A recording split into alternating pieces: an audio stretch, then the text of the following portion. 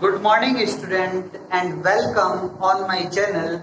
This is a Varat Vinayak classes, and on this channel we have to give so many things just like term 1 class 10 syllabus and also term 2 class 10 syllabus is provided on this channel one by one, and in this series I will tell you about the chapter number 10. So many student reply me और कई सारे student ने मेरे से request की है कि आप जो है इंट्रोडक्शन की वीडियो और बनाइए चैप्टर के इंट्रोडक्शन की, जो वो एक शॉट में अपना पूरा चैप्टर समझ सके।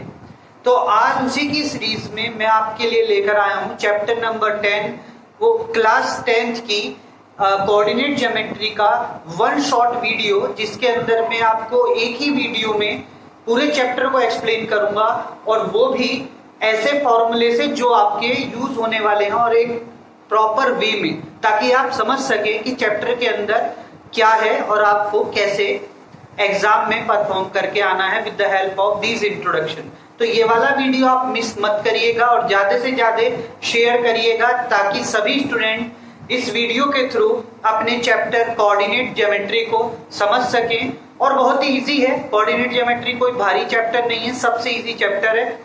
तो इसीलिए मैं सबसे पहले आपको इस चैप्टर से स्टार्ट कर रहा हूँ, फिर इसके बाद वन बाई वन आपके पास वीडियो मिलती रहेंगी। हर चैप्टर को मैं सिर्फ एक ही वीडियो में एक्सप्लेन करूंगा और एक वीडियो में आपका पूरा चैप्टर कंप्लीट हो जाएगा, आपको कोई भी प्रॉब्लम नहीं होगी। अगर प्रॉब्लम हुई तो आप मुझे इस वीडियो में कमेंट करिए और मैं आपको इसका रिप्लाई करूंगा। तो चलिए स्टार्ट करते हैं चैप्टर को, जिसका नाम है कोऑर्डिनेट ज्योमेट्री। तो कोऑर्डिनेट ज्योमेट्री के अंदर सबसे पहले आपको समझना होगा कि what is the meaning of coordinate geometry. आप सब जानते हैं what is the meaning of geometry. Geometry means कि मैथ में आपके पास जो हमारे पास प्लेन होते हैं, आप प्लेन को जानते होंगे। प्लेन क्या होते हैं? प्लेन जस्ट लाइक अगर आप इस टाइम बैठे हैं तो आपके सामने एक टेबल रखी होगी, टेबल के ऊपर आप एक टेबल फ्लैट होगी बिल्कुल। तो टेबल जब फ्लैट होगी तो इसका मतलब क्या है? टेबल फ्लैट है तो इसका मतलब वो क्या है? एक आपके लिए प्लेन है, तो वो एक प्लेन है पूरा, ठीक है। आपके पास अगर जैसे कोई बुक ले लीजिए, सपोज करिए आपके पास ये बुक है, ये वाली आपके पास बुक है, तो इस बुक में ये पूरा फ्लैट है, ये पूरा फ्लैट है आपके लिए, तो ये क्या है? एक प्लेन है। इसमें डायमेंशन होती है। अब डायमेंशन आप कैसे कहेंगे कि डायमेंशन क्या होती है? अगर मैं इस बुक को लेता हूं और ये पूरा एक फ्लैट पोर्शन है तो ये मेरे लिए एक प्लेन की तरह वर्क करेगा। अब इसमें मैं कहूं कि इसमें डायमेंशन क्या होंगे, तो सबसे पहले डायमेंशन से पहले आपको पढ़ना होगा वर्टेक्स क्या होंगे। तो इस शेप में आप देख रहे हैं, एक वर्टेक्स ये है, एक वर्टेक्स ये है, एक वर्टेक्स आपका ये है और एक वर्टेक्स आपका ये है। तो इसमें 4 वर्टेक्स है, यानी कि आपके पास 4 वर्टेक्स है इसके अंदर। तो ये कैसा हुआ बताइए? ये हुआ आपके लिए क्वाड्रिलेटर। क्वाड्रिलेटर में आपके पास 4 वर्टेक्स ही पॉसिबल होते हैं। इसी टाइप से आपके पास कोई सी भी शेप हो, तो अगर मैं शेप लेता हूं ट्राइंगल की, तो ट्राइंगल में कितने वर्टेक्स होंगे? ट्राइंगल में आपके पास 1 2 3 वर्टेक्स होंगे। तो यानी कि हर वर्टेक्स किसी न किसी पॉइंट से मिलकर के बना होता है। जैसे कि अगर मैं ये आपके लिए जो बुक लेकर आया था, अगर आपको देखेंगे तो ये वर्टेक्स, अगर मैं इस वर्टेक्स को देखता हूं तो ये वर्टेक्स कैसे बना है? एक तो इसकी हेल्प से और एक इसकी हेल्प से, ठीक है, एक इसकी हेल्प से और एक इसकी हेल्प से ये वर्टेक्स आपके लिए बना है, ठीक है। तो अगर मैं इस चीज को देखता हूं तो ये एक हॉरिजॉन्टल वैल्यू है और ये वाली जो चीज है ये एक वर्टेक्स वैल्यू है। ये वर्टेक्स है, ये हॉरिजॉन्टल है। तो यानी कि कोई भी कोऑर्डिनेट एक वर्टेक्स और एक हॉरिजॉन्टल वैल्यू से मिलकर के बना होता है।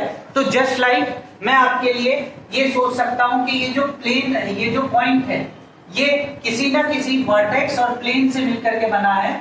और जब हम देखेंगे वो वर्टेक्स और हॉरिजॉन्टल, तो इसमें देखिए ये वर्टेक्स है, वो सॉरी ये आपके लिए हॉरिजॉन्टल है और ये आपके लिए कैसा है? वर्टिकल है। ये आपके लिए हॉरिजॉन्टल है, ये आपके लिए वर्टिकल है। हॉरिजॉन्टल होगा तो ये आपके लिए क्या होगा? X axis. वर्टिकल होगा तो ये आपके लिए क्या होगा? Y axis. यानी कि जो वर्टिकल पोजीशन होती है वर्टिकल पोजीशन होती है उसको हम क्या बोलते हैं, वाई एक्सिस, और जो हॉरिजॉन्टल पोजीशन होती है उसको हम क्या बोलते हैं, जो हॉरिजॉन्टल पोजीशन होती है उसको हम बोलते हैं एक्स एक्सिस। तो कोई भी पॉइंट दो ही वैल्यू से मिलकर के बना होता है, नंबर 1 एक हॉरिजॉन्टल वैल्यू और नंबर 2 एक वर्टिकल वैल्यू। तो हॉरिजॉन्टल और वर्टिकल से मिलकर के ये पॉइंट बनता है, इसीलिए हम इस पॉइंट को x, y से डिनोट करते हैं, यानी कि हॉरिजॉन्टल वैल्यू और वर्टिकल वैल्यू के कॉम्बिनेशन को हम एक पॉइंट का पॉइंट कहते हैं। और यही कॉम्बिनेशन हॉरिजॉन्टल और वर्टिकल का यही कॉम्बिनेशन कहलाता है कोऑर्डिनेट। ओके, यही वैल्यू यही पॉइंट हमारे लिए क्या कहलाता है, कोऑर्डिनेट। और अगर ये जो पॉइंट है तो ये पॉइंट हम अगर 2-3 पॉइंट ले लें, जैसे एक पॉइंट ए ले लिया, एक पॉइंट ए ले लिया और इन्हें सबको मिलाया, तो इससे हमारे पास एक शेप बनती है जिसको मैथ के अंदर जनरली प्लेन के नाम से जाना जाता है। तो अब आप समझ गए होंगे कि प्लेन क्या होता है, वर्टेक्स क्या होता है और हॉरिजॉन्टल वैल्यू और वर्टिकल वैल्यू क्या होती है और कोऑर्डिनेट कैसे बनता है। कोऑर्डिनेट हॉरिजॉन्टल और वर्टिकल वैल्यू का कॉम्बिनेशन होता है जिसे हम ब्रैकेट की हेल्प से लिखते हैं और इसी को हम कोऑर्डिनेट बोलते हैं किसी भी पॉइंट के। और जब 2 या 3 पॉइंट आपस में मिलते हैं तो वो एक शेप बनाते हैं जिसको हम जनरली प्लेन के नाम से जानते हैं। तो यहां तक आपका ये कंसेप्ट क्लियर हुआ। अब इसके बाद हमारे पास नेक्स्ट पोजीशन पे चलते हैं हम। तो यानी कि जो पॉइंट होते हैं वो आप ऐसे समझ लीजिए, ये हो गया x, y, ये वाला हमने x1, y1 मान लिया, इसको हम पॉइंट को x2, y2 सपोज कर सकते हैं और इस पॉइंट को हम x3, y3 सपोज कर सकते हैं। तो ये 3 पॉइंट से मिलकर के मेरी एक शेप बनी है जिसको हम प्लेन के नाम से जानते हैं। अब इस पॉइंट में हमारे पास वैल्यू क्या क्या होती है वो भी आप देख लीजिए, x1, y1, ये आपके लिए कौन सी वैल्यू है, you very well know horizontal value, ये आपके लिए हॉरिजॉन्टल वैल्यू है और इसी हॉरिजॉन्टल वैल्यू को हम एब्सिसिया के नाम से जानते हैं। ठीक है, किसके नाम से जानते हैं, एब्सिसिया के नाम से जानते हैं। और जो हमारी सेकंड वैल्यू और y1 एक्सिस को जिसको हम वर्टिकल बोलते हैं, वर्टिकल वैल्यू बोलते हैं, इसको बोलते हैं ऑर्डिनेट। ये हमारे लिए क्या है, ऑर्डिनेट। तो यानी कि एब्सिसिया आपके लिए क्या हो गया, हॉरिजॉन्टल वैल्यू और ऑर्डिनेट आपके लिए क्या हो गई, वर्टिकल वैल्यू। क्लियर। इसके बाद आपके पास जो नेक्स्ट वैल्यू चलती है, यानी कि एक जो कोऑर्डिनेट है वो 2 वैल्यू से मिलकर बना होता है, एब्सिसिया और ऑर्डिनेट। एब्सिसिया आपको बोला जा सकता है एक्स एक्सिस वैल्यू और इसको ऑर्डिनेट को बोला जा सकता है वाई एक्सिस वैल्यू। ये चीज आप जरूर समझ के जाइए, क्वेश्चन आपसे पूछा जा सकता है। ये यहाँ पर मैं आपको एक चीज और बता रहा हूँ, ये चीज आपको 9th में बता चुका हूँ। वैसे अगर आप ध्यान 9th में पढ़े हो तो ये चीज आपके पास 9th में भी थी कि अगर ये एक्स एक्सिस है और ये आपके पास वाई एक्सिस है तो इसमें आपके पास 4 ऑर्डिनेट 4 क्वाड्रेंट बनते हैं। 4 क्वाड्रेंट ये बनाता है। नंबर 1 फर्स्ट क्वाड्रेंट आपका ये होता है, सेकंड क्वाड्रेंट आपका ये होता है, थर्ड क्वाड्रेंट आपका ये होता है, फोर्थ क्वाड्रेंट आपके पास ये होता है। तो ये फर्स्ट क्वाड्रेंट है, ठीक है, ये फर्स्ट क्वाड्रेंट, ये सेकंड क्वाड्रेंट, ये थर्ड क्वाड्रेंट, ये फोर्थ क्वाड्रेंट। और हर एक क्वाड्रेंट में जो आप वेरीफाई या क्लासिफाई कर सकते हैं अकॉर्डिंग टू द कोऑर्डिनेट। तो हम कैसे क्वाड्रेंट को क्लासिफाई करते हैं उसके लिए देखिए। क्वाड्रेंट को क्लासिफाई करने के लिए आप वैल्यू रखते हैं यहाँ पर प्लस प्लस, यानी कि यहाँ पर जितने भी पॉइंट आएंगे वो सब प्लस प्लस वैल्यू लेकर आएंगे, यानी कि x की वैल्यू प्लस होगी और y की वैल्यू भी प्लस होगी।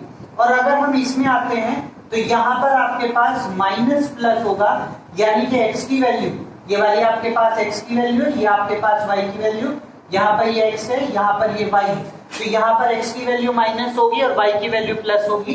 देन आफ्टर अगर मैं थर्ड क्वाड्रेंट में आता हूँ तो यहाँ पर आपके पास क्या होगा, माइनस माइनस होगा, यानी कि यहाँ पर दोनों वैल्यू x की भी और y की माइनस होंगी। और अगर मैं फोर्थ में आता हूँ तो यहाँ पर प्लस एंड माइनस होगा, तो यहाँ पर x की वैल्यू प्लस हो जाएगी बट y की वैल्यू माइनस होगी। तो यहाँ पर आपसे क्वेश्चन पूछा जा सकता है कि कौन से क्वाड्रेंट में ऑर्डिनेट माइनस होता, बताइए कौन से क्वाड्रेंट में कोऑर्डिनेट माइनस होता है। तो आप कैसे चेक करेंगे कि देखिए इस वाले क्वाड्रेंट में अगर आप देखें तो ऑर्डिनेट क्या है, पॉजिटिव है। इस वाले कोऑर्डिनेट में क्वाड्रेंट में अगर आप देखें तो इसमें ऑर्डिनेट कैसा है, माइनस है। और इसमें भी अगर हम देखें तो ऑर्डिनेट कैसा है, माइनस है। तो यानी कि ऑर्डिनेट जो होगा वो इन दोनों में, ऑर्डिनेट जो होगा वो इन दोनों में कैसा होगा, माइनस होगा। तो इसका एक क्वेश्चन ये पूछा जा सकता है कि in which quadrant the value of ordinate is negative. कौन से क्वाड्रेंट में वैल्यू ऑफ ऑर्डिनेट निगेटिव होती है, तो वो आपके पास होता है फोर्थ और थर्ड और फोर्थ। ओके, इस टाइप से आप क्वेश्चन बना सकते हैं कि कौन से क्वाड्रेंट में अब्सिसिया प्लस होता है, पॉजिटिव होता है। तो अब्सिसिया कौन से में पॉजिटिव होता है, इसमें और इसमें। कौन से क्वाड्रेंट में ऑर्डिनेट प्लस होते हैं, ये भी क्वेश्चन आ सकता है। तो आप देख सकते हैं कि अगर मैं फर्स्ट और थर्ड सेकंड को देखता हूं, फर्स्ट और सेकंड को, तो इसके अंदर ऑर्डिनेट आपके पास कैसे होते हैं, पॉजिटिव होते हैं। तो इस टाइप से इस आपके पास क्लासिफिकेशन पर भी क्वेश्चन बनकर आ सकता है, तो इसे भी आप जरूर प्रिपेयर करिए। अब इसके बाद जो हमारा क्लास 10th में सबसे मेजर पोर्शन है वो है डिस्टेंस फॉर्मूला। तो what is the meaning of distance formula. मैंने यहाँ पर एक प्लेन बनाया था, तो प्लेन बनाते टाइम मैंने बताया था कि प्लेन जो है जनरली वर्टेक्स से मिलकर के बना होता है। तो यहाँ पर ये फर्स्ट वर्टेक्स है, ये सेकंड वर्टेक्स है, ये थर्ड वर्टेक्स है, ये आपके पास 3 वर्टेक्स हैं। तो केवल वर्टेक्स से तो प्लेन नहीं बनेगा, वर्टेक्स को अगर हम मीट कराएंगे तो हमारे पास एक लाइन जनरेट होगी जिसको हम डिस्टेंस बोलते हैं। यानी कि ये अगर मैं ए बोलूं और ये अगर मैं बी बोलूं और ये अगर मैं सी बोलूं, तो ए बी हमारे लिए क्या है, जनरली ए बी हमारे लिए साइड है। पर ये साइड कैसे मिलकर के, इस साइड को हम क्या बोलेंगे, जनरली ये साइड क्या है, the distance between the vertex of A and B. द डिस्टेंस between the vertex of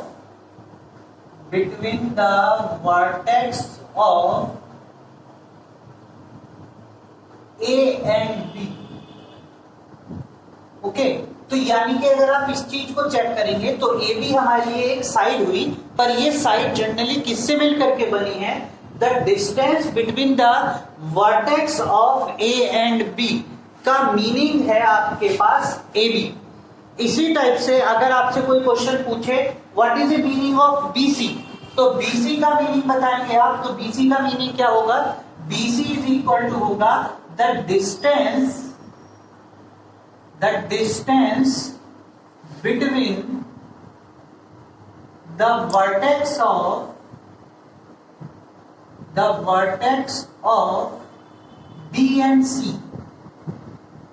clear. तो इसी टाइप से आप ये चीज देख सकते हैं। तो साइड की वैल्यू कहीं से नहीं निकलती, साइड की वैल्यू इन्हीं दोनों वर्टेक्स के डिस्टेंस से फाइंड आउट आप कर सकते हैं। क्लियर।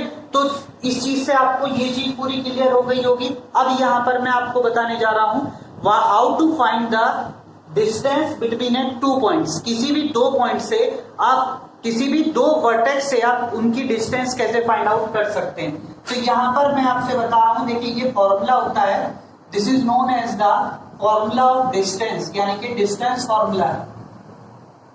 ठीक है, ये आपके पास कौन सा फॉर्मूला है, डिस्टेंस फॉर्मूला। डिस्टेंस फॉर्मूला क्या है, x1, y1। अगर आपके पास पहला वर्टेक्स ये दे रखा हो एंड सेकंड वर्टेक्स यानी कि b, just suppose that b is x2, y2 और मुझे ए बी निकालना है, यानी कि डिस्टेंस निकालनी है। ए बी मैंने आपको बताया था द डिस्टेंस बिटवीन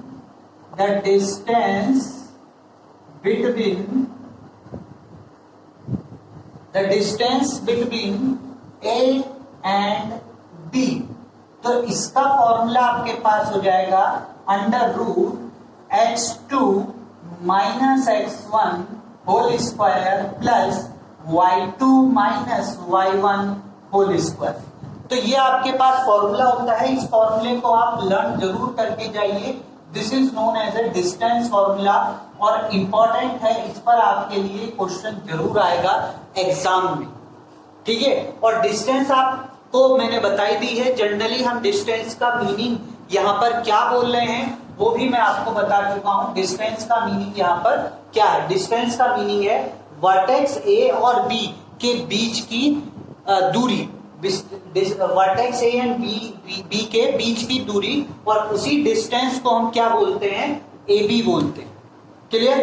तो इस टाइप से आपके पास फर्स्ट फॉर्मूला होता है और यहां से आप अपने फर्स्ट फॉर्मूले को ड्राइव कर पाएंगे। अब इसके बाद आपका जो सेकंड फॉर्मूला वो देखिए आपकी स्क्रीन पर है ये। अब आइए देखिए, इसको हम एग्जाम्पल से समझते हैं कि हमने डिस्टेंस कैसे फाइंड आउट करनी होती है।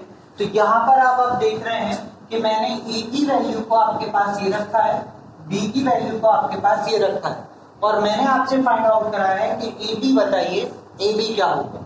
तो ऐसी सिचुएशन में आपको सीधा डायरेक्ट डिस्टेंस फॉर्मूला अप्लाई करना है। ये आपके पास x1 हो गया, ये आपके पास y1, this is your x2, this is your y2। तो यहाँ पर आपके पास क्या हो जाएगा? x2 minus x1 whole square plus y2 minus y1 whole square. इस टाइप से आप फॉर्मूला अप्लाई करेंगे और वैल्यू को अपनी फाइंड कर लेंगे। अब जैसे ही यहाँ पर ये फॉर्मूला अप्लाई होगा, आप इसके अंदर वैल्यू पुट करते चले जाइए। जैसे ही वैल्यू पुट करेंगे तो देखिए x1 की जगह आपके पास 2 है और x2 की जगह आपके पास 3 है। तो यहाँ पर आपके पास ये 3 हो गया, माइनस x1 आपके पास 2 हो गया, उसका होल स्क्वायर, प्लस y2 यानी कि -1, y1 यानी कि -3 होल स्क्वायर। और जैसे ही आप ये करेंगे तो आपके पास हो जाएगा A B is equal to, इसको सॉल्व कर लीजिए। देखिए 3 minus 2 you very well know 1 square 1 plus -1 minus 3 that's mean -4 और -4 स्क्वायर दैट्स मीन 16, और आपके पास ये वैल्यू 17 हो गई और आपका आंसर आपके पास आ गया। तो इस टाइप से आप वैल्यू को निकाल सकते हैं with the help of distance. अब मैं यहाँ पर आपको एक छोटी सी वैल्यू और बताने जा रहा हूँ कि डिस्टेंस अगर आपको निकालनी है, the distance between any point कोई सा भी पॉइंट आपके पास हो, जैसे लाइक मैंने सपोज कर लिया x1, y1 एंड ओरिजिन। अगर ओरिजिन और किसी पॉइंट के बीच में आपके पास आपको वैल्यू निकालनी है तो आप कैसे निकालेंगे? ओरिजिन के कोऑर्डिनेट आपको पता है क्या होते हैं? 0,0 होते हैं। तो इसके और इसकी बीच में अगर आपको डिस्टेंस फाइंड आउट करनी है तो आप कैसे करेंगे? इसका भी एक फॉर्मूला होता है। इस फॉर्मूले को आप लर्न रखिएगा, वैसे ही आप बना भी सकते हैं। तो x1 प्लस y1 स्क्वायर, ये डायरेक्ट आप फॉर्मूला यूज करेंगे अगर ओरिजिन से आपके लिए डिस्टेंस वो पूछवा रहा है, यानी कि फाइंड करवा रहा है। क्लियर? अब चलते हैं अपने नेक्स्ट क्वेश्चन की तरफ और नेक्स्ट फॉर्मूले की तरफ, जो कि हाईली इंपॉर्टेंट फॉर्मूला है for the 10th, that is a section formula. तो यहां पर आपके ये क्या है? Next formula section formula. ये आपके लिए इंपॉर्टेंट फॉर्मूला है, सेक्शन फॉर्मूला। अब यहां पर आप ये चीज देखेंगे कि सर सेक्शन क्या है, what is the meaning of section? Section है यहाँ पर क्या? तो सबसे पहले आप एक चीज चेक करिए, हमें अभी तक एक चीज हमने याद पढ़ी है कि ये दो वर्टेक्स हैं। ये आपने ए समझ लिया vertex, this is your B vertex. इसको इससे अगर हम मीट करा दें तो हमारे पास एक लाइन ड्रॉ होती है। अब इस लाइन में हम कहीं पर भी एक पॉइंट ये लें और ये पॉइंट इस पूरी लाइन को डिवाइड कर रहा है। ये सी पॉइंट हमने लिया, ये ए बी को डिवाइड कर रहा है, काट रहा है। तो जब ये ए बी को डिवाइड कर रहा है तो किसी ना किसी रेशो में डिवाइड करेगा, यानी कि किसी ना किसी फॉर्म में डिवाइड करेगा। जैसे सपोज करिए ये पूरी लाइन आपके पास 5 सेंटीमीटर की है, ये पूरी लाइन आपके पास 5 सेंटीमीटर की है और इसने इसे डिवाइड किया आपके पास, ये यहां से लेके यहां तक का आप समझ लीजिए 2 समझ लीजिए, छोटा है थोड़ा सा, तो ये 2 समझ लीजिए और यहां से यहां तक का आपके लिए समझ लीजिए 3। तो इसने आपको 2 और 3 के फॉर्म में डिवाइड करके दे दिया। तो ये आपको इस 5 सेंटीमीटर की लाइन को 2 और 3 की फॉर्म में डिस्ट्रीब्यूट कर रहा है। तो यानी कि ये इसके लिए क्या हुआ, सेक्शन हुआ। यानी कि इसने इसे जब 5 को डिस्ट्रीब्यूट करा तो इस सेक्शन में डिस्ट्रीब्यूट करा कि एक पोर्शन 3 का होगा और एक पोर्शन 2 का होगा। तो इसी पॉइंट को हम बोलते हैं सेक्शन डिवीजन पॉइंट। यानी कि ये आपके लिए इस लाइन का डिवीजन पॉइंट है, ये इस लाइन के लिए डिवीजन पॉइंट है। और इसको फाइंड आउट करने के लिए हमें 3 चीज की जरूरत होती है। नंबर 1, सबसे पहली वैल्यू ए की जरूरत होती है। आपके पास ए होना चाहिए, यानी कि x1, y1 होना चाहिए, ये पॉइंट ए के होने चाहिए। पॉइंट बी के भी कोऑर्डिनेट आपके पास होने चाहिए, x2, y2। और साथ में इन दोनों साइडों, ये पूरी लाइन को इस पॉइंट ने जिस रेशो में डिस्ट्रीब्यूट करा है वो रेशो होना चाहिए, डिस्ट्रीब्यूटिव रेशो होना चाहिए जिसमें इसने इसे डिस्ट्रीब्यूट करा है। सपोज कर लीजिए वो मैंने m1 रेशो m2 मान लिया, ठीक है। तो ये रेशो और 2 पॉइंट जिस लाइन को वो डिस्ट्रीब्यूट कर रहा है उस लाइन के पॉइंट, वर्टेक्स और साथ में रेशो अगर हो तो हम इस पॉइंट के कोऑर्डिनेट निकाल सकते हैं। अगर मैं इसे मान लूं x, y, तो हम इसके कोऑर्डिनेट निकाल सकते हैं with the help of section formula. तो देखिए कैसे निकालेंगे। इसके लिए फॉर्मूला होता है, ये हमने मान लिया x, y। अब इसके लिए जो फॉर्मूला होता है वो फॉर्मूला आप राइट कर लीजिए, m1 x2 plus m2 x1 upon m1 plus m2। ये आपके लिए फॉर्मूला होता है। कॉमा इसके बाद जो ये तो आपके लिए इसकी वैल्यू हुई, अभी आपने जो वैल्यू निकाली ये केवल x की वैल्यू। अब आपके लिए y के कोऑर्डिनेट और चाहिए, तो यहाँ पर आपने कॉमा लगाया, फिर y के कोऑर्डिनेट राइट करें, m1 y2 plus m2 y1 upon m1 plus m2। ये आपके लिए हुए y के कोऑर्डिनेट, यानी कि x के कोऑर्डिनेट आपके लिए ये और y के कोऑर्डिनेट आपके लिए ये।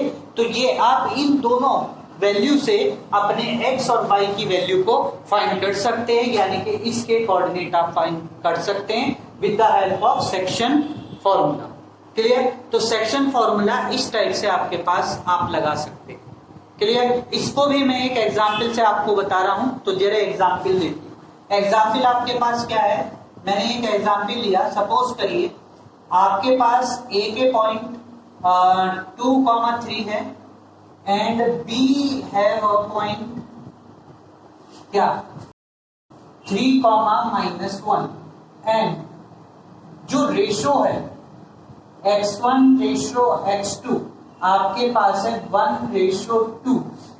ठीक है, ये आपके पास रेशो है और आपसे पूछा जा रहा है कि डिवीजन पॉइंट बताइए, उस पॉइंट का जो डिवाइड कर रहा है वो पॉइंट बताइए। तो यानी कि सेक्शन फॉर्मूला हम अप्लाई करेंगे, तो सी के कोऑर्डिनेट हम निकालेंगे। तो कैसे निकालेंगे, फॉर्मूला लगाएंगे x1 वो m1 x2 plus m2 x1 upon m1 plus m2 and second thing आपके पास आता है m1 y2 plus m2 y1 upon m1 plus m2। ये दोनों मैंने वैल्यू यहाँ पे राइट कर दी है। अब इसके बाद मैं आपको वैल्यू रख के बताऊंगा कि इसकी वैल्यू आप कैसे राइट कर सकते हैं। तो देखिए यहाँ पर हम फॉर्मूले को यहाँ पर लगा रहे हैं। तो देखिए C = आपके पास क्या हो जाएगा, m1 आपके लिए क्या है 1 है, तो 1 इंटू x2 आपके लिए ये देखिए ये x1 ये y1, this is your x2 and this is your y2। तो m1 x2 यानी कि 3, तो 3 प्लस m2 यानी कि 2 इंटू m1 यानी वो x1 यानी कि 2। ये आपके लिए क्या है, m1 1 है, m2 2 है, x1 3 है और x2 2 है upon m1 plus m2. Next value, same situation, m1 1 into y2 minus 1 plus m2 2 into y1 3 upon m1 plus m2. Clear? और फिर इसको सॉल्व कर लीजिए. Simple, 3 plus 4 upon 3 comma minus 1 plus 6 upon 3. और ये वैल्यू आपके पास solve होने के बाद हुई 7 अपॉन 3 कॉमा 5 अपॉन 3. ये आपके लिए सेक्शन फॉर्मूला हुआ. और इस टाइप से आप सेक्शन फॉर्मूले से अपने डिवीजन पॉइंट की वैल्यू को फाइंड आउट कर सकते हैं. क्लियर? और इसी के साथ में ये जो सेक्शन फॉर्मूले का आपका पार्ट है ये कंप्लीट होता है. अब इसी में थोड़ा सा अगर इंटरचेंज हम करें, थोड़ी थोड़ी माइनर सी वैल्यू को चेंज करें, तो हम कई सारे एक रिजल्ट बना सकते हैं. अगर आप ध्यान दें, क्या देखिए, मैंने यहाँ पर ये आपके लिए 5 सेंटीमीटर की रखी थी और ये जो पॉइंट है ये 5 सेंटीमीटर को डिवाइड कर रहा है. डिवाइड ये किस फॉर्म में कर रहा है? एक को 2 में काट दे रहा है और एक को 3 वैल्यू में काट दे रहा है. अब इसी चीज को थोड़ा सा यूटिलाइज करिए और मैं आपसे ये कह दूं कि जो पॉइंट काट रहा है इसे, ये 2.5 इधर भी काट रहा है और 2.5 इधर भी काट रहा है. तो यानी कि ये पॉइंट आपका क्या हो गया? ये दोनों को इक्वल पार्ट में काट रहा है. तो जब ये दोनों को इक्वल पार्ट में काट रहा है तो ये वाली वैल्यू आपके लिए क्या हो जाएगी? ये वाली वैल्यू आपके लिए हो जाएगी मिड पॉइंट. तो मिड पॉइंट की वैल्यू आप कैसे निकालेंगे? मिड पॉइंट के लिए आप क्या फॉर्मूला लगाएंगे? उसका भी कहीं और वो नहीं है, वो भी यही है. जब भी आपके पास आपसे पूछा जाए मिड पॉइंट, तो मिड पॉइंट में जो रेशो होता है, मिड पॉइंट का जो रेशो होता है वो याद रखिएगा 1:1 होता है. मिड पॉइंट में रेशो 1:1 होगा. ये इंपॉर्टेंट पॉइंट है, आपको लर्न रखना है. और अगर मैं आपको बोलूं ट्राइसेक्शन कर रहा है, यानी कि ट्राइसेक्ट कर रहा है, ट्राइसेक्शन में डिस्ट्रीब्यूट कर रहा है, ट्राइसेक्ट कर रहा है, तो ट्राइसेक्ट के लिए आपको रेशो लगाना है 1:3. तो ये देखिए, ये आपके पास मिड पॉइंट है तो आपको रेशो लेना होगा 1:1. अगर आपके पास ट्राइसेक्शन होता है तो आपको रेशो लेना होता है 1:2 और 2:1. ये 2 रेशो आपको लेने होते हैं और तब आप अपने आंसर को फाइंड कर सकते हैं. तो with the help of this things you have to find your answer, और आप इस टाइप से अपने आंसर को निकाल सकते हैं. अब यहाँ पर अगर मैं मिड पॉइंट का लूं तो देखिए, मिड पॉइंट में आपकी जो रेशो होते हैं वो क्या होते हैं? 1:1 होते हैं. अब यहाँ पर आप m1 और x2 दोनों की जगह 1 राइट कर दीजिए, तो ये हो जाएगा आपके लिए, क्या हो जाएगा बताइए? ये वैल्यू x, y की वैल्यू आपके पास क्या हो जाएगी? x1 की जगह पर भी 1 और वो m1 की जगह पर भी 1, यानी कि यहाँ पर भी 1, यहाँ पर भी 1, यहाँ पर भी 1, यहाँ पर भी 1, यहाँ पर भी 1, यहाँ पर भी 1, यहाँ पर भी 1 और यहाँ पर भी 1. अब जब सब जगह 1 रखोगे तो ये क्या हो जाएगा? x2, केवल x2 बचेगा, plus x1 upon 1 plus 1 that's mean 2, और ऐसे यहाँ पे रखेंगे तो यहाँ पे बचेगा y2 plus y1 upon 1 plus 1 that's mean 2. यानी कि जो मिड पॉइंट होता है उसके लिए आपके लिए फॉर्मूला ये होता है. मिड पॉइंट के लिए आपको फॉर्मूला ये लगाना होता है. अब इसके बाद मैं आपको एक और पॉइंट के बारे में बताने जा रहा हूं जिसका नाम है आपके पास सेंट्रॉइड. किसी भी ट्राइंगल में आप उसके सेंट्रॉइड की वैल्यू को कैसे फाइंड आउट कर सकते हैं, सेंट्रॉइड कैसे फाइंड करते हैं. तो देखिए, सेंट्रॉइड पहले देखिए, सेंट्रॉइड कैसे मिलेगा? आपके पास ये ट्राइंगल है, ट्राइंगल में यहाँ पर आपके पास पॉइंट ए है, ये बी है, ये सी है, यहाँ पर आपके पास x1 y1, ये आपके पास x2 y2 और ये आपके पास x3 y3 होगा, x3 y3 होगा. तो सेंट्रॉइड यहाँ कहीं होगा जो ट्राइंगल के सेंटर पर हो. ट्राइंगल के सेंटर को सेंट्रॉइड बोलते हैं. तो सेंट्रॉइड के कोऑर्डिनेट आपके लिए क्या होंगे, कोऑर्डिनेट ऑफ सेंट्रॉइड आपके पास होगा, यही फॉर्मूला आपको याद रखना है मिड पॉइंट का। तो आप सेंट्रॉइड आराम से निकाल सकते हैं। इसमें 2 पॉइंट है, तो यानी कि x1 प्लस x2 अपॉन 2 है। इसमें कितने पॉइंट हो गए, 3। जब 3 पॉइंट होंगे तो क्या हो जाएगा, x1 plus x2 plus x3 upon 3, ये सेंट्रॉइड का फॉर्मूला होता है। और y1 plus y2 plus y3 upon 3, और आप सेंट्रॉइड अपने फाइंड कर सकते हैं। तो by this way you have to solve your question. आप इस टाइप से अपने क्वेश्चन को सेंट्रॉइड के इस फॉर्मूले के थ्रू भी सॉल्व कर सकते हैं और आपका आंसर एग्जैक्ट आएगा। क्लियर, यहां तक अब आप समझ चुके होंगे। मैंने आपको एक सिंपल फॉर्म में बताया सेंट्रॉइड क्या होता है, कि जब आपके पास ट्राइंगल के तीनों वर्टेक्स के कोऑर्डिनेट गिवन होते हैं और आपको ये मिडिल वाला बिल्कुल सेंटर वाली वैल्यू निकालनी होती है, जब आपको ये सेंटर के पॉइंट गिवन होते हैं और आपको मिड की वैल्यू, बीच की वैल्यू एकदम निकालनी होती है, तो आप किस चीज का यूज करते हैं, सेंट्रॉइड का यूज करते हैं। और वो सेंट्रॉइड पॉइंट होता है और आप उसके लिए ये कोऑर्डिनेट के पॉइंट लगा सकते हैं। अब इसके लिए मैं आपको एक बहुत इजी और सिंपल वे में क्वेश्चन बता रहा हूं, जरा उसे ध्यान रखिएगा। मैंने आपसे कहा अगर आपके पास ये लाइन है, ये आपके पास लाइन है ए बी, और इसमें यहाँ पर ये पॉइंट सी है। अब मेरे को ये पॉइंट भी गिवन है x1 y1, जो मैं बोल रहा हूँ वो देखिएगा। अगर और मेरे को ये भी पॉइंट गिवन है x2 y2, और मेरे को ये भी पॉइंट गिवन है x3 y3। यानी कि अब मैं आपको थोड़ा सा किसे एलिमिनेट करता हूँ कि मैंने आपसे क्या कहा है और आपको क्या समझना है।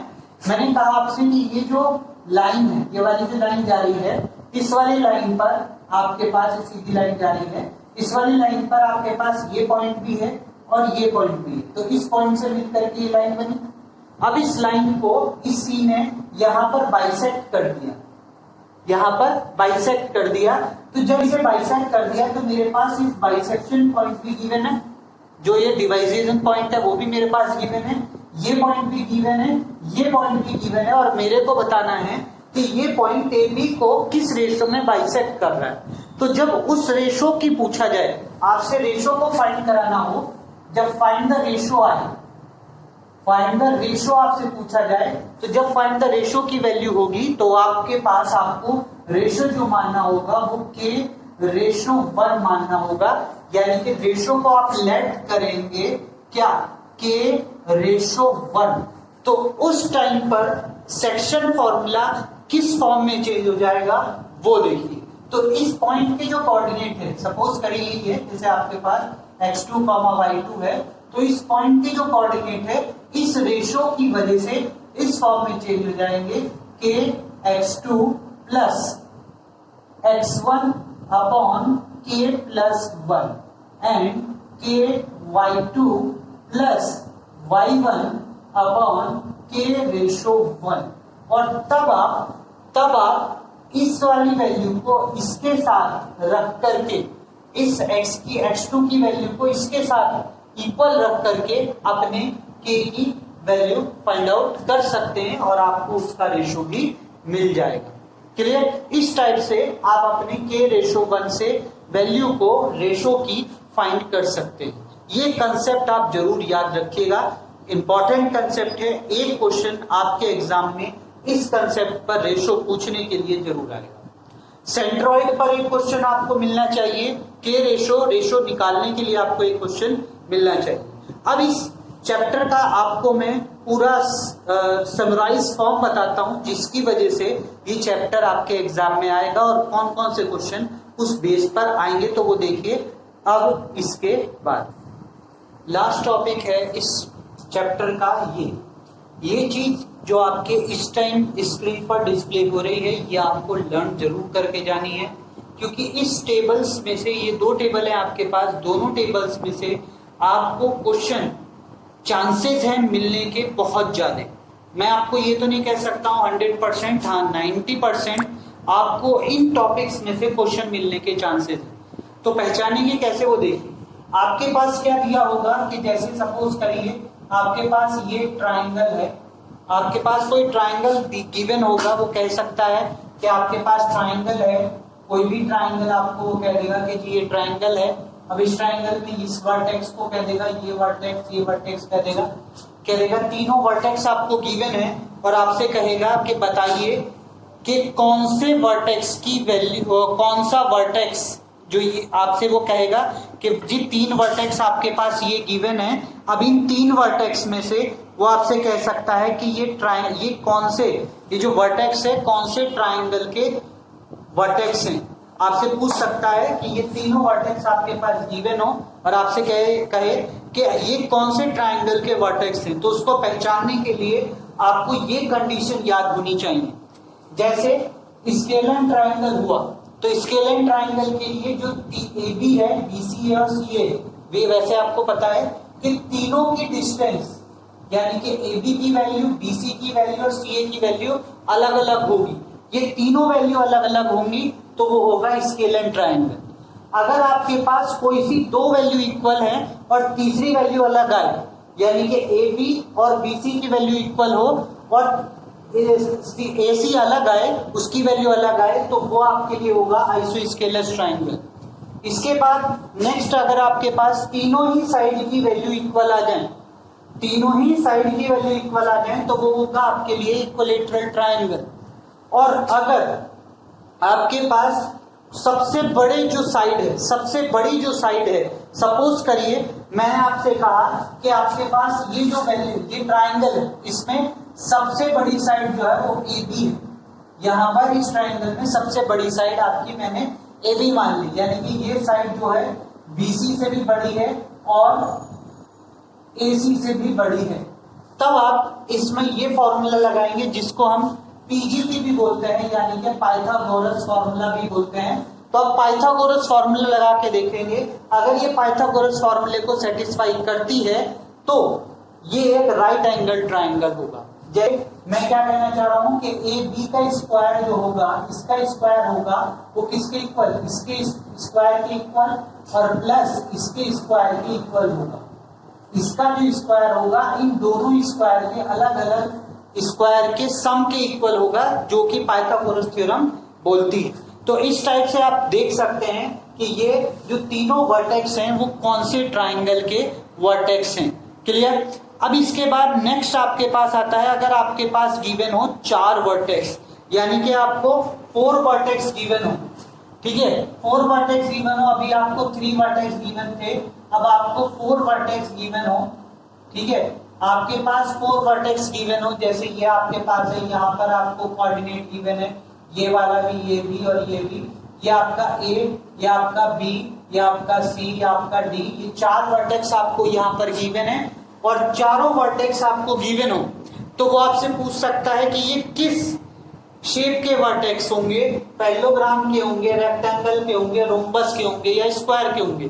तो उसको चेक करने के लिए आपको ये कंडीशन रखनी पड़ेगी। आपको देखना होगा कि BC जो है वो CD के इक्वल है, BC जो है वो CD के इक्वल है, यस है। फिर आपको देखना होगा AB जो है वो CD के इक्वल है, ये आपको देखना होगा।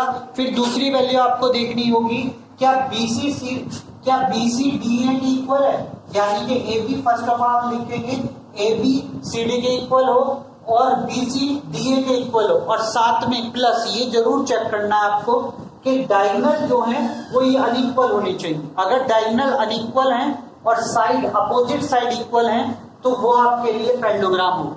Diagonal unequal, opposite side equal हो तो वो आपके लिए पैरेललोग्राम होगा।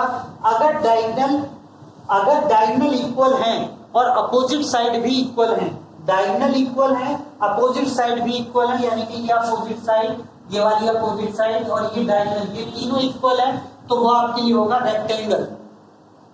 नेक्स्ट आपके पास है, अगर चारों साइड इक्वल हैं, चारों साइड इक्वल हैं पर डायगोनल अनइक्वल है, डायगोनल इक्वल नहीं है तो वो आपके लिए होगा रोम्बस।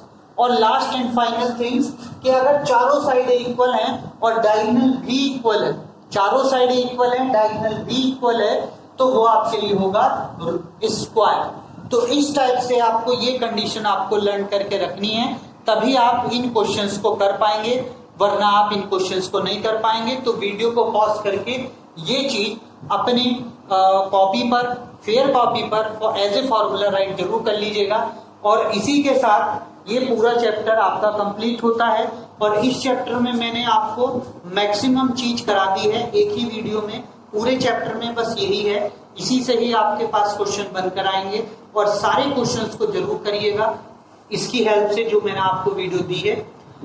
और साथ में अगर कोई भी डाउट या कोई भी क्वेरी आपकी रहती है तो प्लीज मुझे कमेंट जरूर करिए, मैं आपका विद इन ए टाइम उसका रिप्लाई करूंगा और साथ में आपको गाइड भी करूंगा कि वो क्वेरी आप कैसे रिड्यूस कर सकते हैं। अगर पॉसिबल हुई तो आपको उस टॉपिक पर वीडियो भी स्पेशल बना के दूंगा। तो ये चीज जरूर याद रखिएगा कि जो जो चीज आप मुझे बताएंगे मैं उस टॉपिक को आपको कवर जरूर करूंगा वीडियो में। और ये जो टेबल है जो अभी आप मेरे पीछे बनी हुई है इसे जरूर राइट करिएगा। अगर आपको मेरा आज का वीडियो पसंद आया है तो चैनल को सब्सक्राइब करिए, वीडियो को लाइक करना ना भूलें, चैनल को सब्सक्राइब जरूर करें, वीडियो को लाइक करें और साथ में इस वीडियो को इतना शेयर करें कि मेरे पास सब्सक्रिप्शन और लाइक बहुत सारे हो जाए। आपका सपोर्ट ही मेरे लिए मेरी फीस ही है, एक तरीके से एक टीचर के लिए उसकी फीस आप यूट्यूब पर यही है कि आप उसे सपोर्ट करें। क्लियर? तो thank you for watching this video.